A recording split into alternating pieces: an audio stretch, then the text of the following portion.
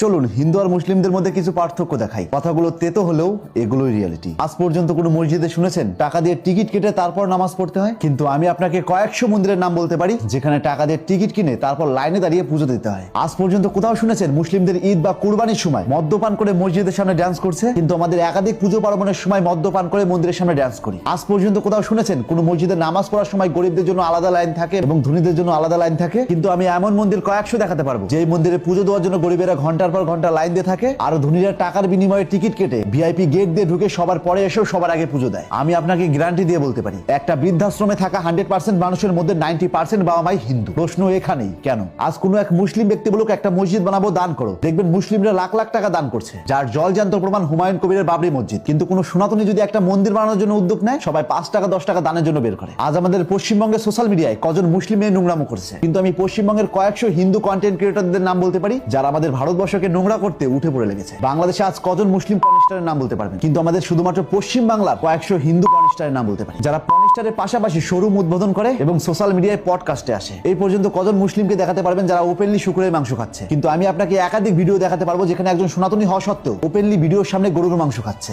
আজ পর্যন্ত মুসলিম ধর্মগুরু মোহাম্মদ সাল্লাল্লাহু আলাইহি ওয়াসাল্লাম ও কোরআন নিয়ে একজন বাজে মন্তব্য করেছেন আর সমগ্র মুসলিম প্রতিবাদ করেনি, এরকম ঘটনা কটা দেখাতে পারবেন? কিন্তু আমাদের ভারতবর্ষ হিন্দুস্তান হওয়া সত্ত্বেও একজন সনাতনী বলছেন রাম মুসলিম ছিলেন, একজন নেত্রী ব্রাহ্মণ হওয়া সত্ত্বেও সবার সামনে হোলি মুবারক বলছেন, কেউ কেউ বলছেন শিবলিঙ্গ বেকার জিনিস, কিংবা রাস্তায় শ্রীরামের পোস্টার পড়ানো সত্ত্বেও কজন সনাতনী প্রতিবাদ করেছেন। আর যখনই আমরা এই বিষয় নিয়ে কথা বলবো তখন আমাদের পশ্চিম বাংলা ধুতি পাঞ্জাবি পরিহিত কিছু ভণ্ড ধর্ম প্রচারক আমাদের সেকুলার মুসলিমদের দালাল, এমনকি সনাতনী বিরোধী বলে। তো তাদের উদ্দেশ্যে একটা কথাই বলতে চাই, আপনি যে চেঁচাচ্ছেন সনাতনী জাগো সনাতনী জাগো, এট ফার্স্ট আয়নার সামনে দাঁড়িয়ে নিজেকে প্রশ্ন করুন আপনি নিজে জেগেছেন তো? যদি সত্যিই জাগতেন তাহলে অন্য ধর্মকে কটূক্তি না করে নিজের ধর্মটাকে আগে কারেকশন করতেন এবং আমাদের সনাতন ধর্মশাস্ত্র যারা সবচেয়ে বেশি বিকৃতি করেছে সেই অত্যাচারী ব্রাহ্মণদেরকে সবার আগে বয়কট করতেন। বিশ্বাস করুন আমি খুব ভালো করে জানি আমার কথাগুলো খুব তিতা, যার জন্য সবাই সহজে গিলতে পারে না। আর মানতে কষ্ট হলেও সত্য সবসময় তিতাই হয়, তবে এটা তেতো হলেও উপকার আছে। আপনার মূল্যবান মতামত জানান কমেন্ট বক্সে। তাই আজ থেকে চোখ খুলুন আর এরকম ইন্টারেস্টিং ভিডিও প্রতিনিয়ত পাওয়ার জন্য তাপস এক্সপ্লোরার পেজটিতে ফলো দিয়ে রাখুন।